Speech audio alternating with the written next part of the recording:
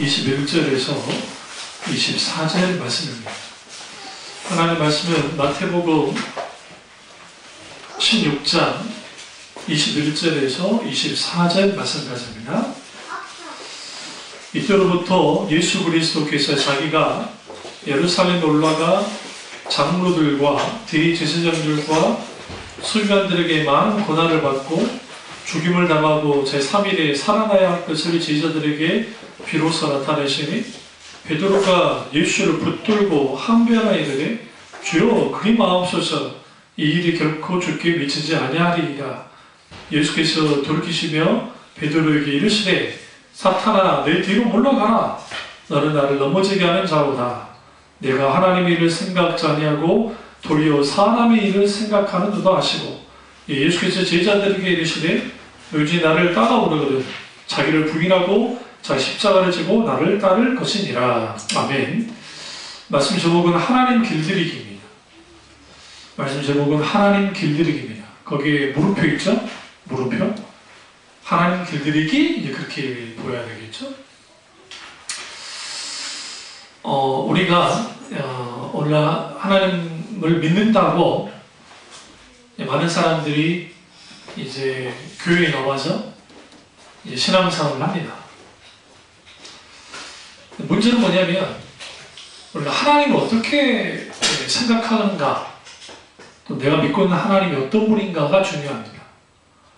그러니까 내가 어떻게 하나님을 생각하는가에 따라서 내 신앙의 방향이 결정이 됩니다. 만약에 하나님을 마치 막 굉장히 폭군처럼 이해하면 우리 신앙은 당연히 폭군과 같은 하나님을 믿게 돼 있고, 또 모든 것을 다 허용하는, 말 그대로 이것도 저것도 좋은 식으로 내가 하나님을 이해하면 하나님도 그렇게 볼 수가 있게 되어집니다. 중요한 것은 우리가 하나님에 대해서 어떻게 생각하든지 그것으로는 충분한 크기가 아니라는 거예요. 왜 그러냐면 우리가 하나님 그분을 이해하는 데 있어서는 한계가 있습니다. 특별히 하나님을 이해하지 못할 일들이 많죠. 여기치 않은 고난을 하나님이 허용하신다든지, 또 내 생각과 저는 다른 일들이 벌어질 때, 그걸 허용하실 때 우리는 하나님에 대한 오해를 하게 됩니다. 그러니까 우리는 이거예요. 하나님이 내가 이해가 되는 것을 내가 생각할 때 이해되는 것만을 행동하시고 말씀하시고 하면 좋겠어요. 그럼 잘 섬길 테니까. 근데 뜻하지 않은 고난이 우리에게 닥칠 때, 뜻하지 않은 문제가 발생될 때 이해가 안 되는 거예요. 이해가 안 되니까 하나님을 머리로 만들어내기 시작하는 거예요. 내가 원하는 하나님을 내가 생각하기 시작합니다. 성경에서 말하는 하나님과 우리가 생각하는 하나님이 어느 정도 차이가 있는지를 이제 쭉 다룰 겁니다. 그리고 이제 새해 되면 비전 트리 컨퍼런스를 하면서 거기서 충분히 다룰 겁니다. 많은 부분을. 그럼 내가 만드는 하나님은 어떤 하나님이냐? 우리는 하나님이 도덕적이고 지적인 감수성에 게으르지 않은 하나님이 되기를 원합니다. 그래서 하나님은 적당히 도덕적이시고 적당히 내 감성을 충분히 채워주는 분이면 돼요. 그리고 하나님은 내가 좀 이해할 수 있고 헤아릴 수 있으면 좋을 것 같아요. 이게 오늘날 세상의 신입니다. 세상의 종교 이해할 수 있습니다. 그리스 로마 신화에 있는 그 수많은 신들 인간으로 표현하잖아요. 다 이해할 수 있습니다. 신이 자기들끼리 질투하고 미워하고 폭력을 일삼고 전쟁을 하고 용서도 하고 하는 일들. 그러니까 오늘날 하나님을 믿는다고 하는 사람들 속에서도 믿고 싶은 대로 믿으려 하는 경향성을 갖습니다. 뭐냐면 내게 있어서 하나님은 너무 편한 존재도 그렇지만 그렇다 너무 불편한 분이어서는 안 돼요. 그러니까 적당하면 돼요, 하나님. 근데 이게 영적으로도 교만해지면 우리가 하나님을 믿을 때 정말 복음적이라고 한다면 내가 정말 하나님을 사랑하고 성경에서 말하는 하나님의 사실적이고 실제적으로 경험하여 알게 되어지면 아무개 그 목사님처럼 하나님 까불면 죽어라고 하는 말을 할 수가 없습니다. 왜냐하면 하나님은 그 정도 분이 아니기 때문에. 그럼 왜 그게 가능하느냐? 믿고 싶은 대로 믿으니까 그래요. 하나님을 자기가 믿고 싶은 대로 믿는 거예요. 당신은 그런 분이잖아요. 하나님은 그런 분이어야만 해요. 이게 중요합니다. 하나님, 당신은 그런 분이시잖아요. 그런데 당신은 그런 분이어야 된다고. 내가 원하는 분이어야 돼요. 아니면 까불면 혼나세요? 그런 시도가 성경 전체에 쭉 있습니다. 다시 말하면 내가 하나님이 되려고 하는, 다시 말하면 내가 주인이 되려고 하는 거예요. 하나님은 수단에 불과한 분으로. 신앙도 수단인 거예요. 하나님의 유일한 이유이자 목적이자 나의 모든 것이어야 되는데 하나님은 나의 수단이 되어지기를 원하는 것.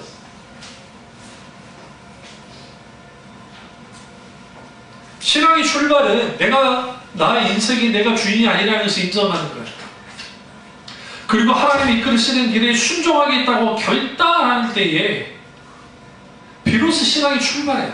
문제는 하나님 길들이려고 하는 시도를 멈춰야 됩니다. 오늘 본문에 보면 베드로가 이 16장 쪽 보시면 엄청난 고백을 합니다. 이전에 가이사랴 필리포에서 이제 그가 뭡니까? 준 그리스도시요 살아계신 하나님의 아들이니이다 라고 하는 놀라운 고백을 하고, 그리고 16장에 천국 열쇠에 대한 그것을 교회에 주시는 것을 분명하게 말씀하십니다. 그리고 난 다음에 예수님이 이때로부터 그리스도께서 십자가에서 그러니까 십자가를 말하지 않았지만 고난을 받고 죽임을 당할 것에 대해서 말합니다. 이때 베드로가 하나님을 길들이려고 합니다. 두 가지 행동이 나와요. 잘 보세요. 우리 성경을 좀 잘 볼 필요가 있어요. 22절 베드로가 예수를 뭐하고? 붙들고. 첫 번째 붙들었다. 어떻게 붙들었을까요? 그냥 살짝 잡았을까요? 아니에요. 탁 잡았을 겁니다. 붙들고 잡은 거예요. 양손으로. 두 번째 항변하여. 그러니까 우리 번역은, 우리는 그래도 좀 번역을 그러니까 좀 순화시킨 거예요. 순화시킨 번역이고, 하나 먼저가 특히 영어 성경을 보시면 영어 성경이 이렇게 나와 있어요. 꾸짖었어요. 그래도 그냥 꾸짖는 게 아니라 격하게 꾸짖었어요. 베드로가. 예수님. 제자가 스승을 꾸짖는 거, 그것도 격하게, 마치 아랫사람에게 할애하듯이. 그러니까 붙들었다는 표현 속에서는 이게 아주 왜 중요하냐면 꼼짝말게 탁 잡은 거예요. 우리는 하나님을 길들일 때 하나님을 팍 잡고 싶어요. 뭘 통해서? 소위 말하는 종교적인 자기 종교적인 공덕을 통해서 기도 많이 해서 하나님을 붙들고 싶어 해요. 내가 헌금을 많이 해서 붙들고 싶어 해요. 내가 뭔가 소원을 내서, 내가 뭔가 선한 일을 해서 하나님을 붙들고 싶어 하는 수많은 행동들을 합니다. 이게 하나님을 길들이려고 하는 행동 중에 하나예요. 또 하나는 항변하는 거예요. 왜 베드로가 항변했나요? 그러면 안 돼요. 그리 마옵소서. 주여 그리 마옵소서. 이 일이 결코 주께 미치지 않은 일이라. 여기서 주여 그리 마옵소서 하니까 막 이거 예수님을 높여준 것 같습니까? 그거 아니에요. 당신은 주인으로서, 당신은 우리의 스승으로서 그 복은 다 하셔야 돼요. 즉 스승이라는 자가 우리가 3년 반 전에 이미 모든 거 다 버리고 따라왔는데 죽어버리고 가버린다고 하는데 우리는 어떻게 하라고요? 다 포함되어 있어요. 거기 지금 내부에. 그러면 안 돼요. 그리고 뭐라 합니까? 결코 죽게 미치지 않을 겁니다. 그래서 결코에 집중하자.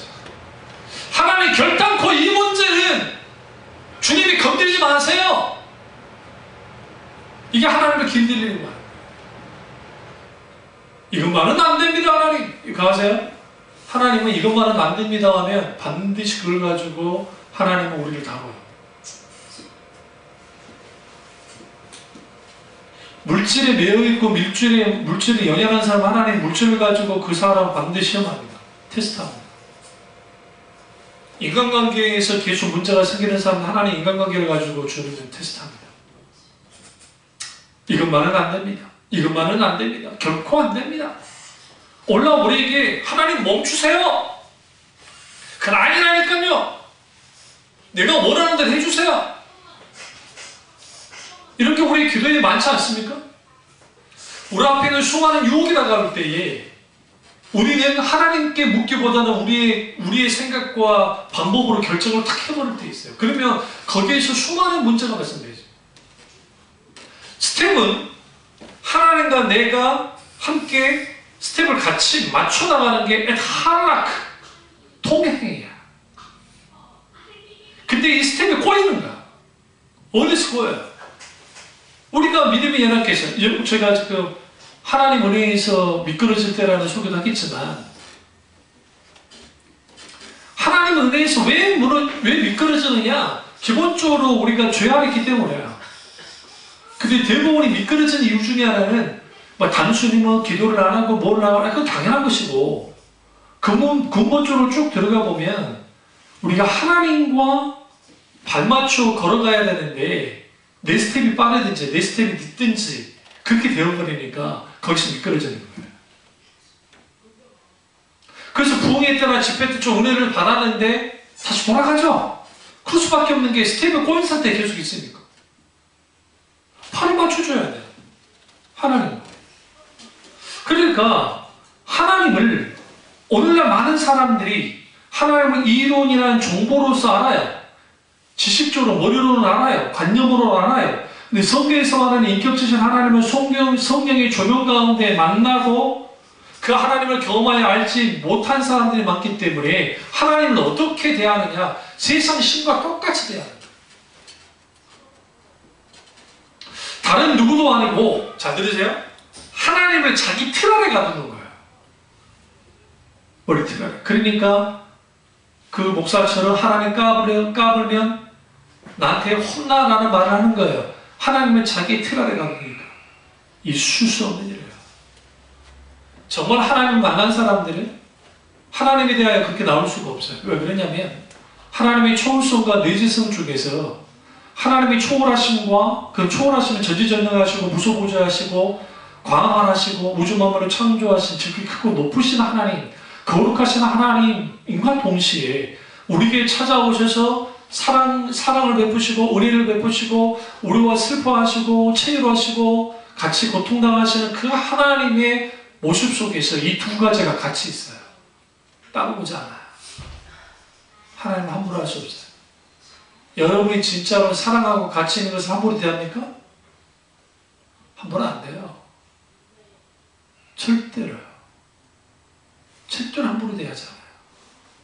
어제도 어떤 TV 프로그램 중에 그거 있죠. 감정하는 거 있잖아요. 옛날 그거 아직도 하거든요. 그럼 그걸 하는데 이따만한 그릇 같은 게 하나 나왔어요.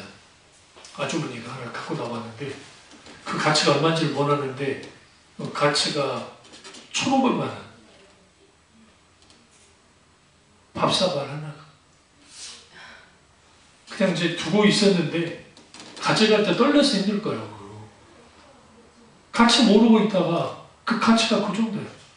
오히려 거기에 파란 글씨로 이제 보복자가 뭔가 써놨는데 그 색만 좀 됐으면 이 가치가 3배, 4배 있을 거다라고 말할 만큼 엄청난 가치. 그것도 거의 200여 년 된 그 가치 있는 물건.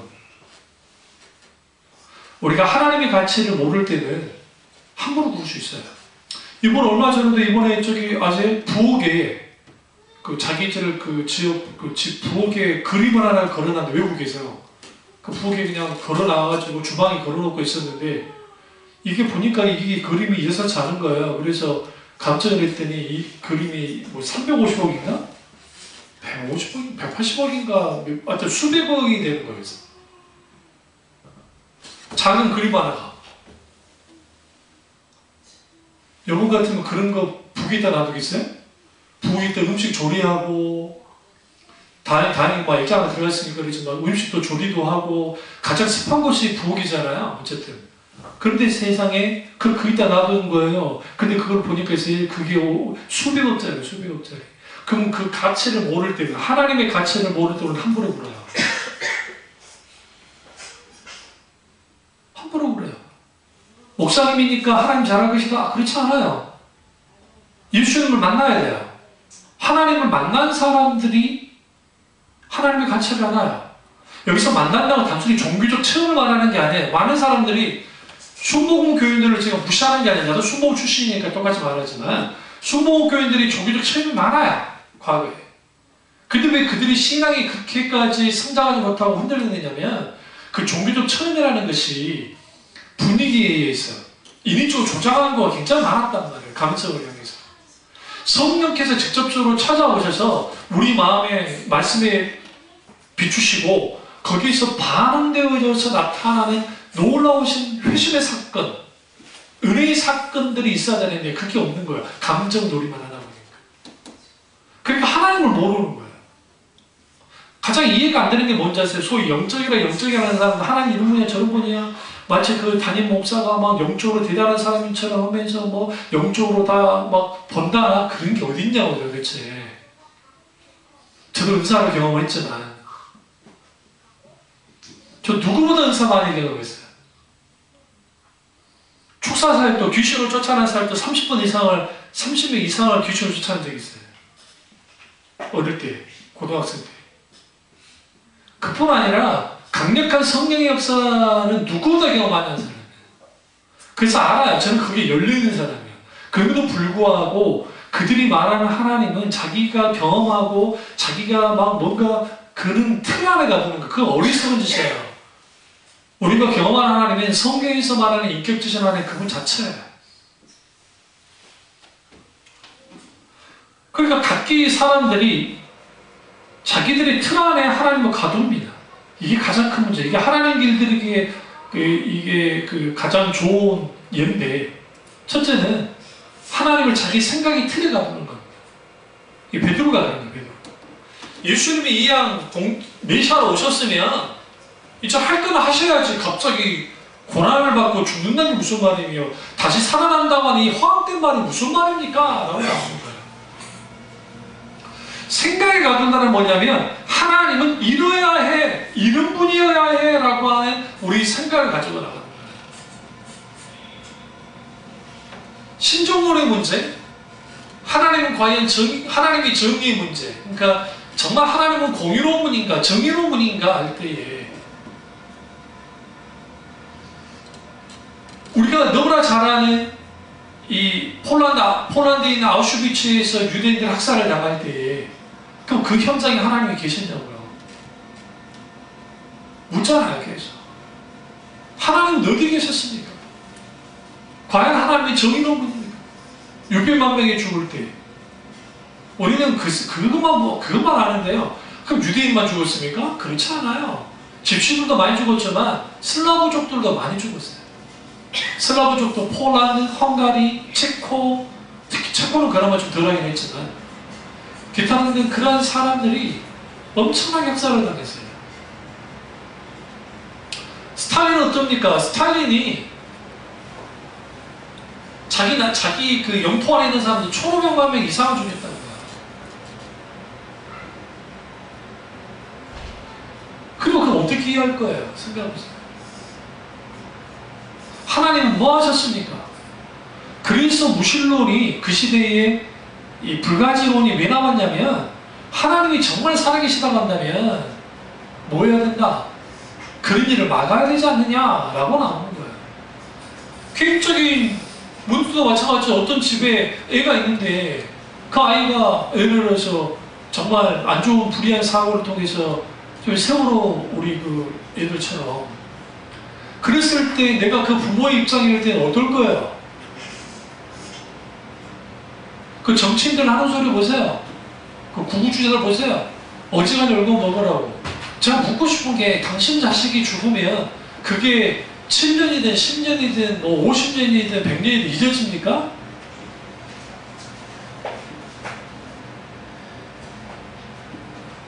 그럼 왜 그렇게 함부로 구는 줄 아세요? 내 자식은 안전할 거니까. 왜? 자기가 권력 갖고 있으니까. 그게 어리석은 생각이에요. 그러면 그 여기 찾는 고난을 당하게 될 때에 우리는 하나님에 대하여 딱 생각하게 돼요. 하나님, 내가 하나님을 잘 믿고 있겠는데 하나님 어떻게 이런 일이 우리에게 보였습니까? 우리 생각의 틀에는 하나님은 이런 분이어야 돼 라는 생각을 하는데, 성경에서는 하나님은 인간의 생각에 딱 맞춰있는 분이 아니에요. 그분은 인격체이신 분이시지만 우리의 생각과 우리의 지성과 우리의 감성이 따라서 움직이는 분이 아니에요. 그분은 그분의 주권 가운데 움직이는 분이에요. 그러니까 우리 인간이 그 당신 이해하지 못할 부분이 많아요. 대표적인 게 아브라함 있잖아요. 아브라함이 주님께로부터 75세에 부름을 받아서 갈대아우르에서 떠나 나왔어요. 그럼 아브라함의 생각에는 갈대아우르 떠나 나왔으니까, 하나님 명령 따라 나왔으니까 앞에 있는 것은 뭐예요? 탄탄대로해야 되는데 고난밖에 없었잖아요. 가나안 땅 들어가자마자 무슨 일이 벌어졌습니까? 기근이 왔어요. 그래도 큰 기근, 대기근이. 자기 인생에 한 번도 경험하지 못했던 기근을 경험했던 거예요.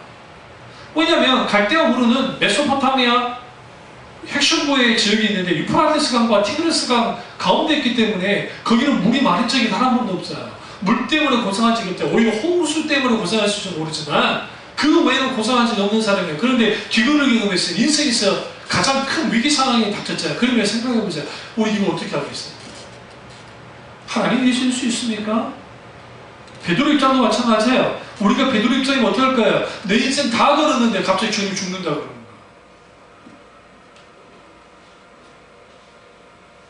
하나님을 내 생각의 틀에 가두려고 하는 것들, 하나님을 이뤄야만 해라고 하는 것들, 때로는 내가 기도했는데도 하나님 응답하지 않을 때는 그게 하나님의 뜻이 있어요. 만약에 하나님 그게 내 원하는 대로 이루어지면 좋을 것 같은데 그러지 않을 수 있다고요. 하나님은 왜? 우리 인생의 모든 것을 보고 계시기 때문에 우리는 부분만 볼 뿐이지. 그래서 그 틀에 딱 예수님을 가두려고 했고, 그리고 어떻게 해요? 강하게 예수님을 붙들었다 했잖아요. 한결했다는 표현보다는 하나님 예수님을 꾸짖었어요. 격렬하게 꾸짖었어요. 근데 우리 예수님도 한성질 하시죠? 딱 가만히 계시네? 아니에요. 23절 예수께서 돌이키시며, 돌이켰다는 표현이 뭐냐면 지금 이 녀석이 잡고 있을 거 아니야, 베드로가. 놓게 한 거죠.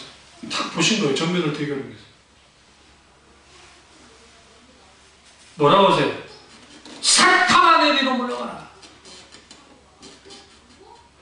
하나님의 생각과 내 생각이 맞지 않을 때 내 생각이 내려놓는 게 그리스도인이에요. 근데 많은 사람들이 내 생각을 내려놓지 않고 하나님께 계속 항변해요. 이게 무슨 생각이에요? 사탄이 주는 생각과 똑같아요. 베드로가 사탄이라는 말이 아니에요. 베드로가 하고 있는 이 행동과 말이 사탄적인 거예요. 그러면 오늘 베드로가 무엇에 의해서 그토록 소위 말하는 흥분을 했냐면, 그들이 생각하는 예수님은 다윗의 왕권을 회복하고 메시아에 대해 정치적인 메시아, 권력자 메시아이기를 원했어요. 근데 예수님은 지금 뭐라고 해요? 이사야 53장에는 고난의 종으로 온 메시아인 것을 예수님이 드러내버리는 거예요. 그러니까 이게 충돌하는 거예요. 예수님, 나는 고난의 종으로 온 메시아야. 베드로는 당신은 그러면 안 돼요. 당신은 뭐 해야 돼? 정치적 메시아여야 됩니다. 라고 나오는 거예요. 이거는 세례요한도 흔들렸어요. 이전에 이보다 몇 년 전에 세례요한이 감옥에 갇힌 상태에서 자기 제자를 보냅니다. 그리고 이렇게 말합니다. 당신이 약속하신 그 메시아가 맞습니까? 라고 묻게 있습니다. 예수님이 뭐라 합니까? 내가 병든 자를 고치고 하는 일들을 다 보세요. 그러면서 거기에 주님 뭐는 내가 고난의 종으로서 온 예수인 것을 딱 드러내요. 세례요한이 무슨 말을 했다가 없잖아요. 세례요한이 침묵하고 있죠. 세례요한이 받아들인 거예요. 그제서 이해한 거예요. 보세요. 우리는 베드로 같은 생각의 틀에 하나님을 가둘 수 있어요. 첫째, 무지해서 몰라서 그럴 수 있고, 두 번째는 알면서도 그렇게 할 때 있어요. 왜? 내가 손해보니까. 오늘날 기독교가 예수님 믿으면 손해보지 않는다는 것을 가르쳐놨어요. 예수 믿으면 복받아, 예수 믿으면 성공해, 예수 믿으면 한 일 다 돼, 예수 믿으면 다 돼. 네 안에 있는 창조적인 하나님의 이 에너지를 가지고 너네가 성공하는 삶을 살아, 행복하는 삶을 살아, 승리하는 삶을 살아 라고 가르칩니다. 예수님 반대로 말합니다. 나로 인하여 고난받는 자가 복이 있도다. 너희들 나 때문에 고난받을까? 아니? 산상수훈에 마태복음 5장에 충분히 말합니다. 너희는 나 때문에 고난받을 거야. 심지어 마지막 때에 너희 부모와 네가 신앙 때문에 충돌할 거고 남편과 아내가 충돌할 것이고 자식과 충돌할 거야. 왜? 넌 나 때문에. 예수님 때문에 손해보는 것, 그것이 성경에서 말하는 신앙을 갖게 되는 거예요. 그래서 예수 이렇게 말하잖아요. 이 예수께서 24절에 누구든지 나를 따르거든 첫째, 자기를 부인하고 self-denial. 두 번째, 자기 십자가를 지고 나를 따를 것입니다. 자기를 부인한다는 것은 자기 생각, 자기 자아, 이 다 깨뜨리고 따르는 거예요. 자기가 부정되어야 돼요. 내 생각이 부정되어지고 내 모든 것이 부정되어야 하나님 앞에. 근데 그게 없어요. 오늘날의 사람들이 가치관이 변화되지 않으니까, 세계관이 변화되지 않으니까 세상 가치관 그대로 가지고 홀만 예수 믿는 사람이 되어버리는 거예요.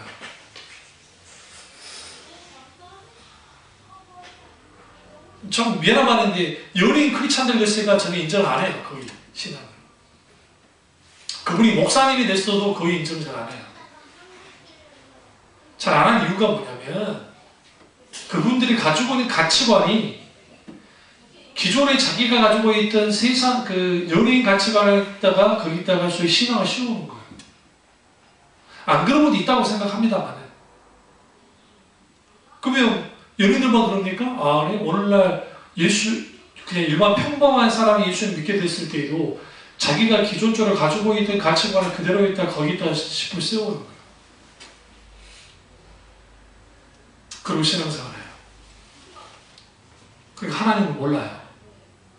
그러니까 물어보면 하나님 말씀 다 안다 그래요. 알아. 뭐 어떻게 알아요? 교리로서 알아요. 왜? 교회에서 목사님들 설교도 하고 성경 공부하면서 하나님 이런 분이시고 저런 분이시고 저런 분 그런데 그 하나님을 사실적으로 실제적으로 개인적으로 경험해야 하냐고요. 몰라요. 또 물어보면 당신이 그 하나님을 경험한 지가 언제입니까? 까마득한 옛날이에요. 원래 은혜 받았어요.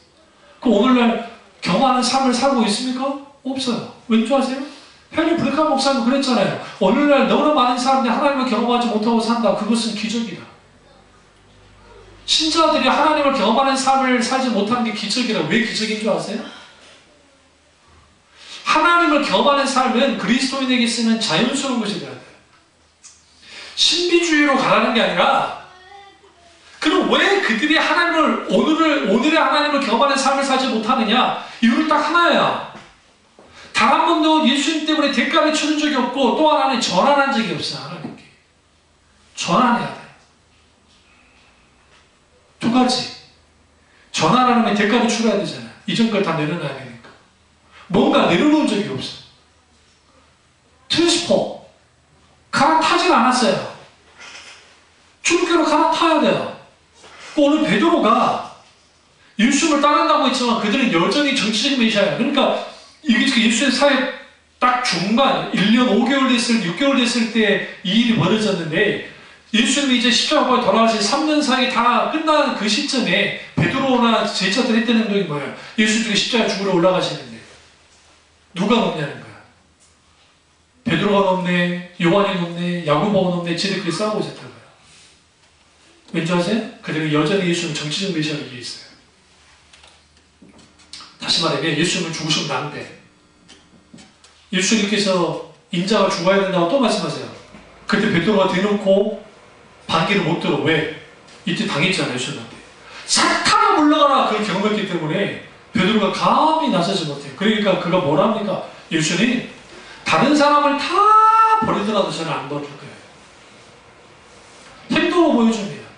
다른 제자들은 칼을 갖고 있지 않았는데 베드로가 칼을 구해왔어요. 그 칼을 차고 있었어요. 이 말은 무슨 말이에요? 끝까지 예수님 지키겠다는 거예요. 어떻게?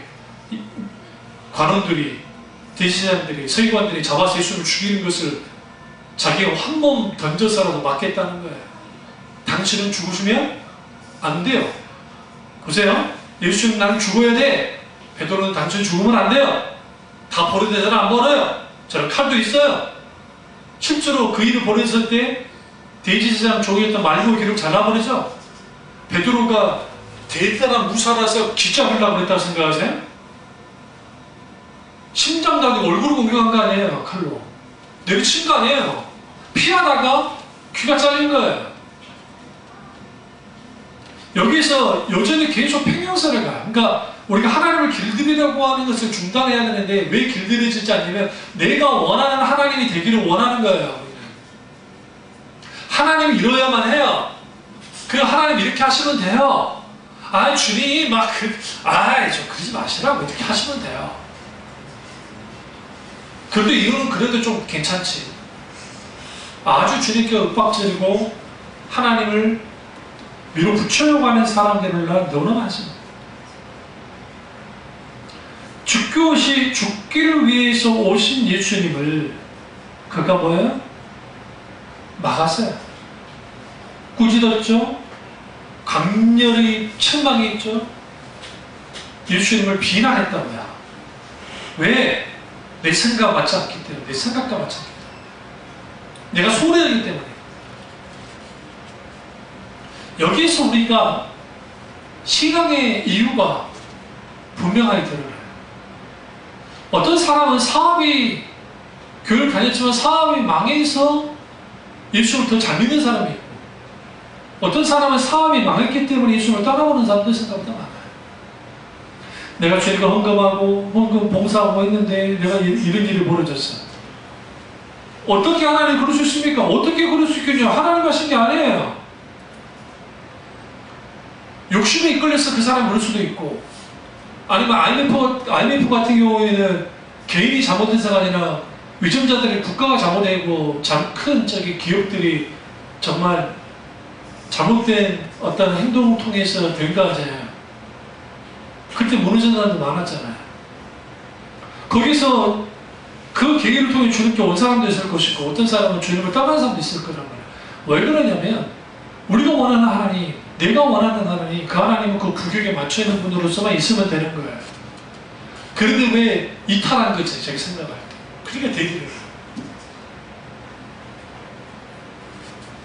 여기로부터 우리는 하나님과 나 사이의 관계 속에서 뭐가 벌어져요? 내 틀에 하나님을 가두려 하고 두 번째는 하나님과 자존심 싸움을 해요. 기도를 때. 일종의 줄다리기 합니다. 원래 너무 많은 사람들이 하나님과 줄다리기 하려고 해요. 우리 아이들 있죠? 저 아이들을 언제 그 아이들을 해야 되냐면 지금 이제 6, 7살 되면 아직은 늦진 않았지만 그래도 불구하고 이미 3, 4살 때 그러니까 마케팅 알아야 돼. 3, 4살 때 확실한 양육을 잡아야 돼. 안 그러면 우애가 안 잡혀요. 인간이 그러니까요. 6살까지 무슨 버릇, 몇 살까지 간다 그랬어요? 3살 버릇. 8까지 간다 했죠. 그 말이 틀린 말이 아니에요.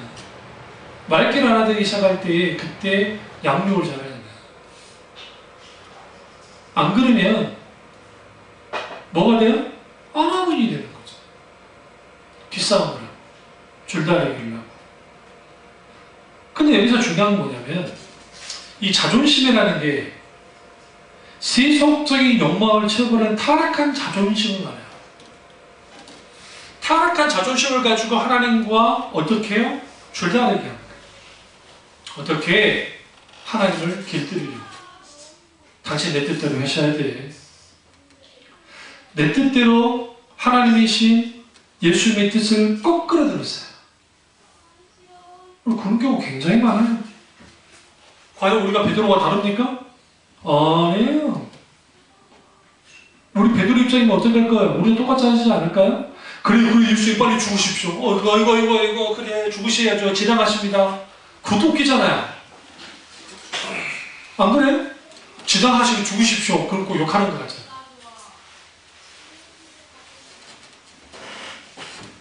하나님 그러실 수 없습니다. 하나님 이렇게 해줘야 되지 않습니까?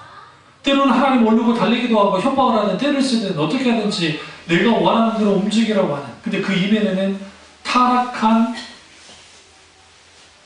이기심 혹은 타락한 자존심이 있어요.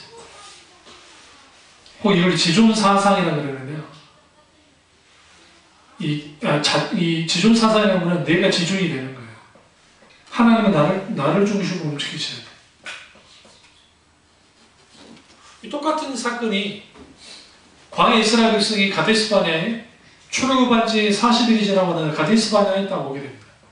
가데스바네아에 도착이 있을 때에 바로 앞에 가나안 땅에, 그래서 12 정탐꾼을 이제 정탐을 보냅니다.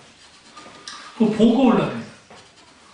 그때 여호수아와 갈렙의 보고는 철저하게 무시됐고 10명의 그 불신앙적인 보고가 채택이 됩니다. 사람들의 마음을 사로잡았습니다. 근데 왜 이게 문제가 되는 줄 아세요? 그 이유는 이거였어요.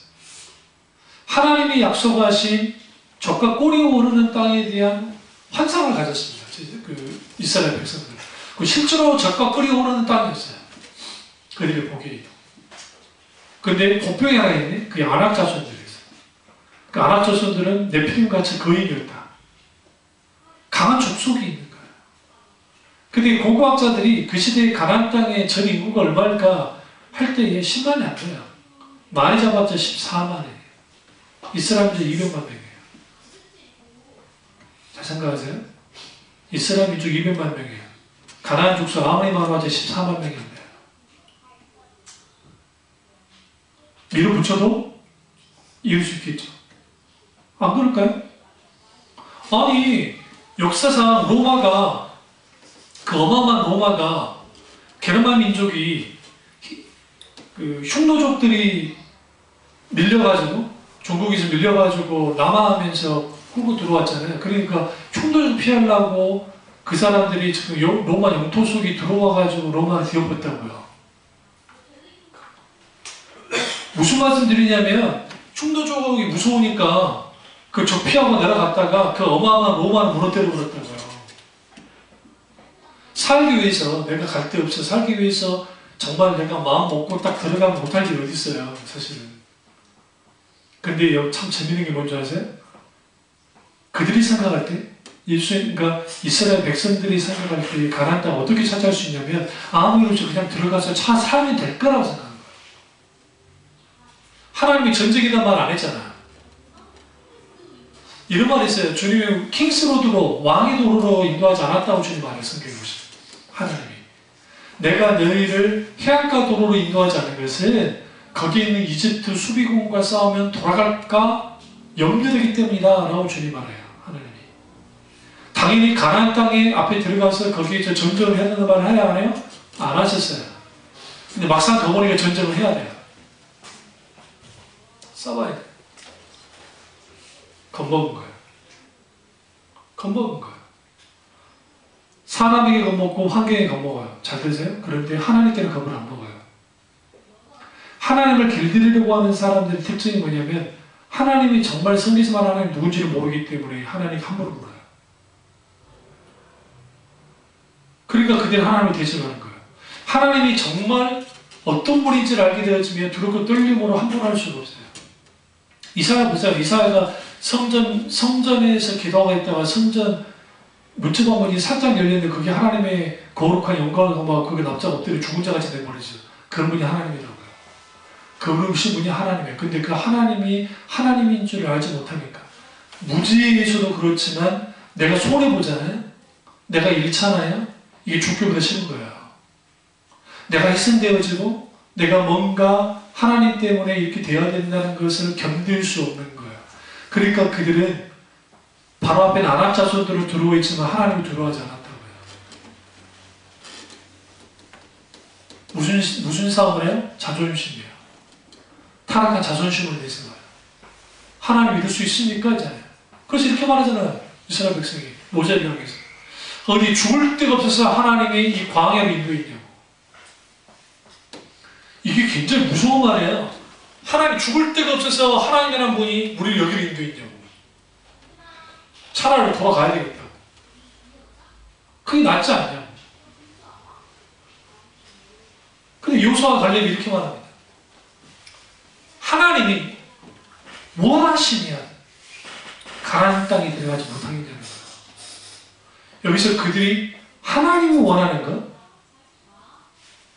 이스라엘 백성이 원하는 것 사이에서 이스라엘 백성이 원하는 것은 전쟁이 없이 그냥 얻어지는 걸 원하고 하나님이 원하는 것을 가나안 족속을 멸하는 거예요. 누구와 약속이 있어요? 아브라함과. 성경에 보시면 아브라함과 약속이 있어요. 그러니까 하나님이 죄 없는 가나안 족속으로 무조건 할 수 없으니 그들이 죄가 차기까지 기다리셨고 그리고 그들을 멸절하기를 그 땅에서. 원래 그 가나안 땅 누구를 향한 땅이니까? 아브라함을 향한 땅이기 때문에. 그 하나님이 원한, 그래서 이렇게 말하지 않습니까? 이스라엘 백성들은 우리는 그들 보기에 뭐에 불과하다? 메뚜기라 했나요? 메뚜기. 우리는 메뚜기에 불과해. 그런데 여호수아 관련 뭐랍니까? 그들 우리의 밥이라고 그랬어요. 빵이야, 빵. 메뚜기는 날아서 도망치기라도 하지. 뭐가 달라요? 우리가 하나님 앞에 자존심 내세우는 사람만큼 어리석은 게 없어요. 하나님 앞에 자기 고집을 세우는 사람만큼 어리석은 사람이 없어요. 응? 대표적인 인물이 선지자 중에 요나예요. 그래서 팀 켈러 목사님 책 가운데 방탕한 선지자라는 책이 있는데 그 책의 주요 내용이 요나를 향해 있는 거예요. 요나는 국수주의자입니다. 근데 요나는 뛰어난 사람이에요. 굉장히 뛰어난 선지자예요.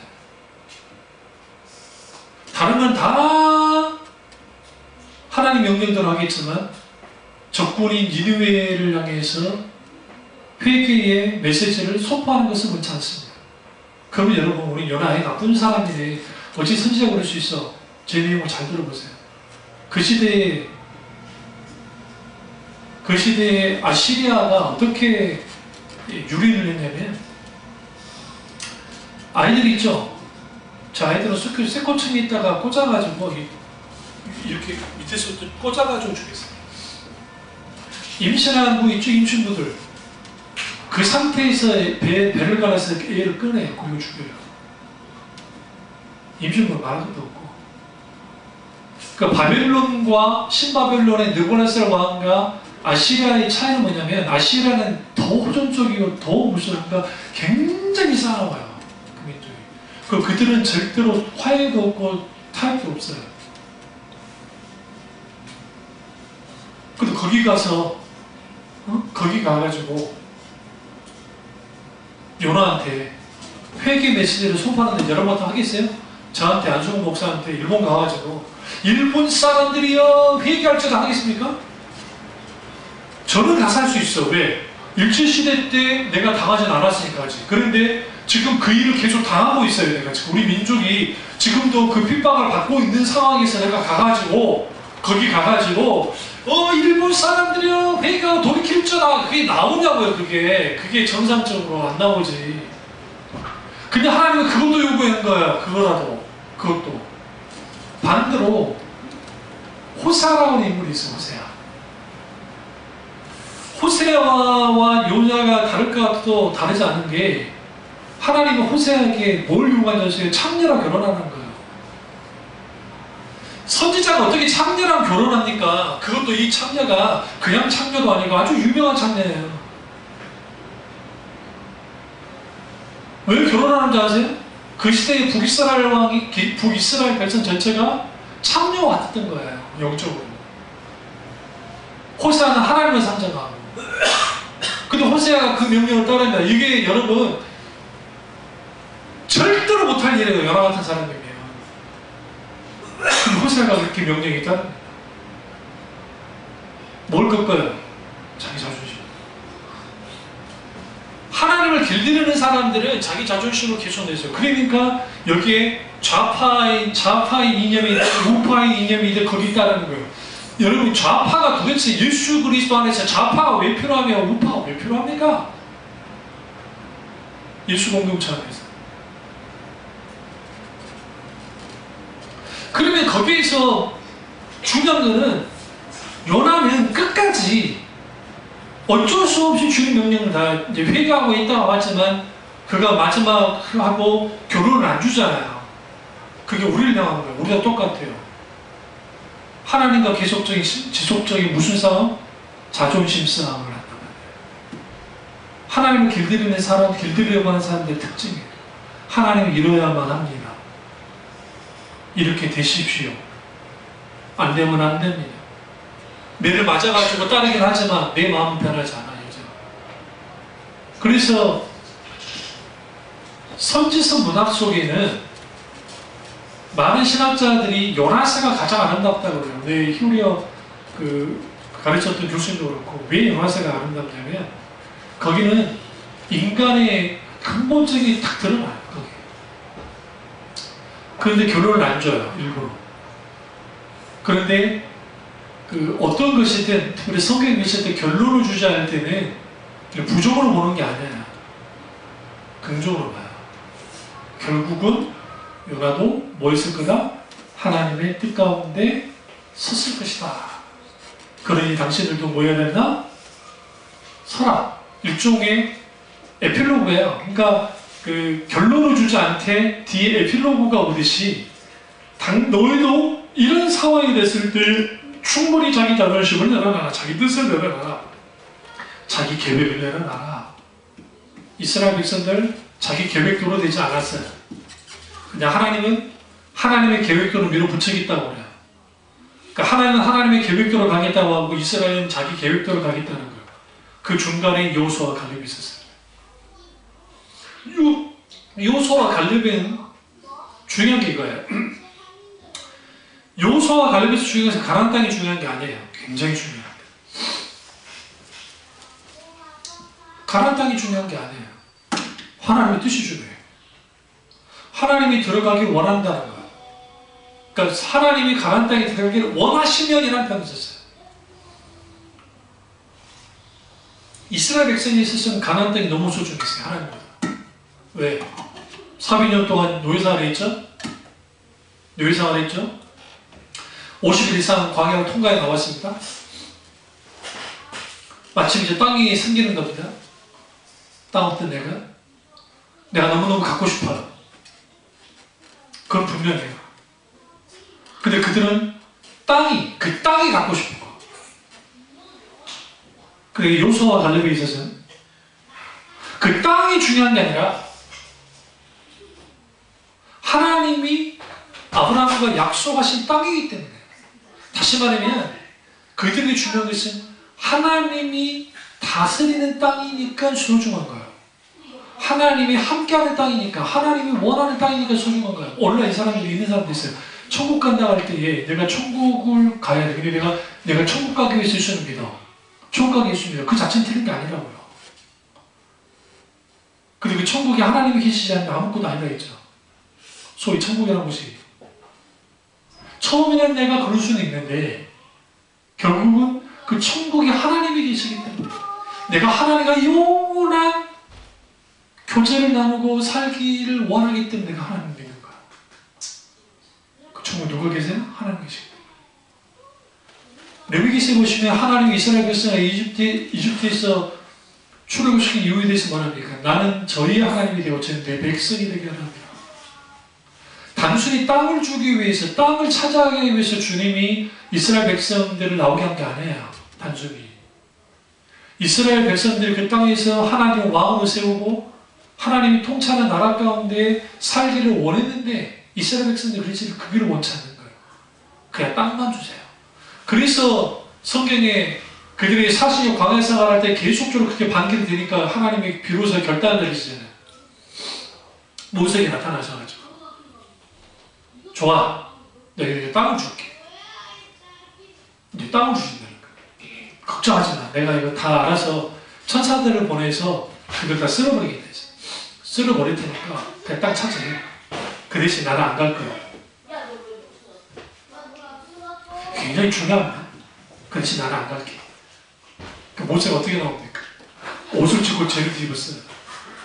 울면서 뭐라 합니까? 하나님이 가시지 않는 가나안 땅이라고 한다면 저는 원치 않습니다. 차라리 제가 광야에서 살게요. 광야. 하나님 계신 광야에서 살기를 원합니다. 라고 나왔어요. 그래서 하나님이 어떻게 반응하십니까? 그래? 좋아. 그러면 내가 이스라엘 백성 전체 다 죽여버리게 되지 않겠어. 그리고 모세 너의 가족들만 살아남게 해서 그리고 내가 한 민족을 일으켜줄게. 그 모세가 도웁니다. 하나님 앞에.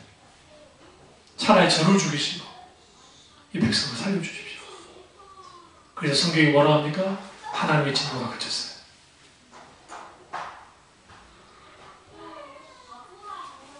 하나님과 자존심 싸움을 할 때,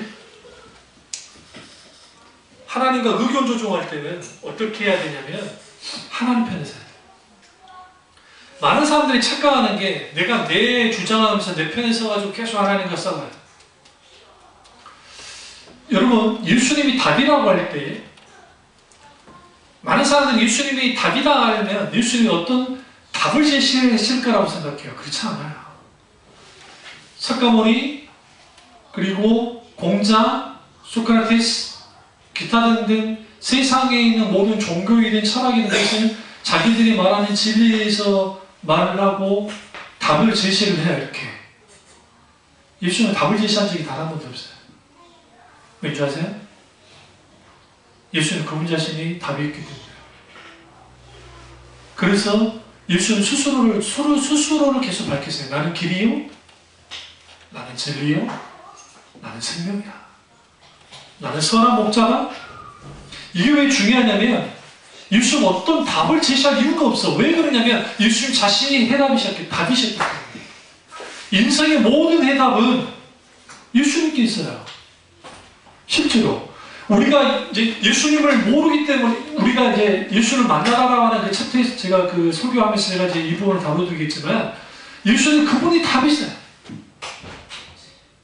왜? 예수님 그분이 말씀이 자체시기 때문에. 이 사실을 모른 채로 교회에서 어떤 답을 제시한다고요. 아니요, 다른 답 의미가 없어요. 예수님 그분이 답이시라니까. 그 내용이 없는 내용은 있어요. 어떤 내용인지는 충분해. 다 다뤄드릴 거예요.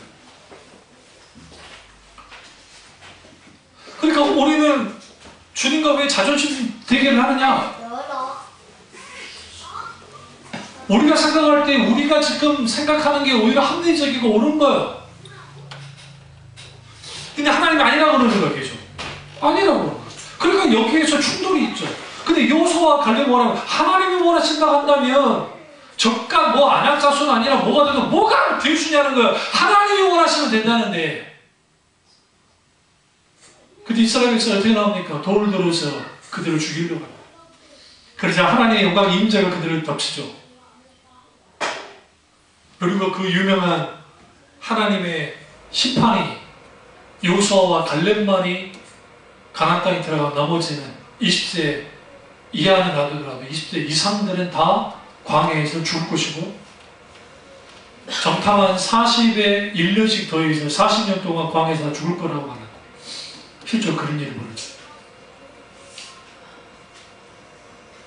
그리고 그 중간에 있을 때 이 모세의 반응, 주님 계시지 않는 가나안 땅에 뭔 의미가 있습니까?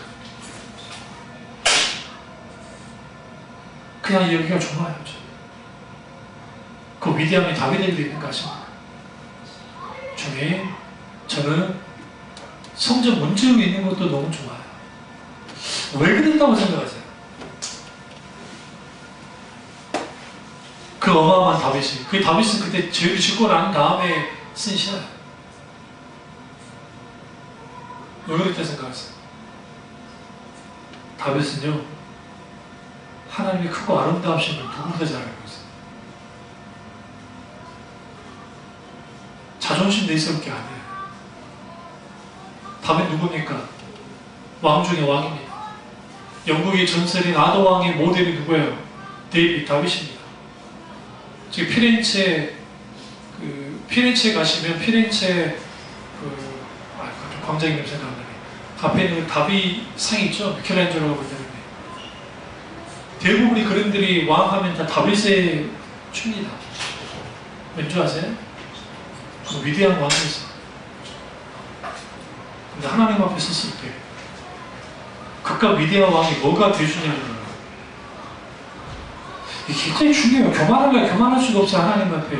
내가 왕인데 내 외에 진짜 왕의 왕이신 하나님 계시는데 그게 뭐냐? 근데 나는 주님 성전에 문지기이기나 좋게 주님 절대 나를 버리지 말아주세요. 자존심 내려놔버려. 우리가 다윗보다 위대합니까? 우리 다윗보다 잘났습니까? 어느 시대에 어느 왕이 다윗보다 잘났습니까? 우리나라 고조선 시대에 다윗의 군대가 200만이 넘었습니다. 그 시대에 중국이 200만이 안 됩니다. 춘추 전국시대에 중국 인구가 많이 잡아봤자 1,500만이에요.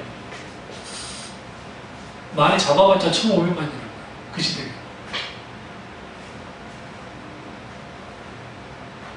그가 정복군주로서 설 것 같았으면 지금 뭐 이집트하고 메소포타미아가 영향을 끼치긴 했지만 더 확장할 수도 있었어요. 근데 그건 더 확장하지 않았어요. 그 이유가 뭔지 아세요? 그래서 세상에 군주로 있는 게 옳지 않아요. 하나님 원합니다. 다윗의 영토 판도는 아브라함이 롯과 헤어질 때 종과 행으로 가나안 땅을 산에 올라가서 봐요. 그까지 넓어요. 그 이상 넓히진 않아요. 영토가. 그리고 나머지는 영향권에. 그래서 이집트도 영향권에 들어왔고 북쪽의 메소포타미아 문명도 다윗의 영향권 안에 들어갔단 말이에요. 그래서 그에 대한 제국이긴 했지만 영토 자체는 지금 이스라엘 땅 그게 크게 벗어나지 않았다. 다윗이 왜 그랬을까요? 마음만 먹으면 우리가 잘 아는 나폴레옹이나 알렉산더나 징기스칸이나 그 사람처럼 막 사륙을 저지르면서 그 짓을 했겠지만 다윗이 전쟁을 치는 것은 단순히 막 정복하려는 게 아니라 하나님 말씀에 가나안 일곱 족속을 확실하게 제거하는 거예요. 약속을 그대로 제거하는 거예요. 그게 가장 중요한 것은 하나님의 의존과 뜻이었어요. 그래서 하나님과 자존심 싸움 안 해요. 왜? 자존심 싸움 할 이유도 없고. 얼마나 위대합니까? 하나님을 길들여가는 사람들은 자존심 싸움을 합니다. 하나님을 길들여가는 사람들은 자기 생각에 하나님을 가두려 합니다. 그럼 왜 하나님과 자존심 싸움을 하느냐? 주도권 싸움을 하는 거예요. 주도권 싸움. 내가 원하는 대로 하십시오. 뭐가 원하는 대로 하십시오. 뭐가 돼야 됩니다. 뭐가 돼야 됩니다. 뭐가 돼야 됩니다. 저는 위대한 그리스도인들은 내가 예를 들어서 어떤 축구 경기에 졌지만 내가 대학에 떨어졌지만 내가 뭐가 하다가 잘못됐지만 그러다 하나님을 찾으면서 하나님의 이름을 부르는 사람들. 누구든지 잘 되면 하나님께 감사할 수 있어요. 내게 너무너무 슬픈 일이 있고 힘들고 어렵고 고통스러운 일이 있을 때 우리는 다윗처럼 하나님 제가 여기 있습니다. 병든 자존감은 이 자존감의 문제도 제가 다룰 텐데 그 자존감에 있어서 벗어나는 길 하나밖에 없어요. 하나님 앞에 오는 거야. 내 자존심 다 내려놓고 부르짖어 오는 거야. 엉엉 오는 거야. 그랬을 때 거기서 무슨 일이 벌어지느냐? 하나님이 놀랍게 큰 마음을 치유해요. 이 말씀을 다음 주에 계속 이어가도록 하겠습니다. 기도하겠습니다. 기도하실 때 오늘 이 말씀이 나의 말씀, 우리 말씀 되게 해달라고 기도하시고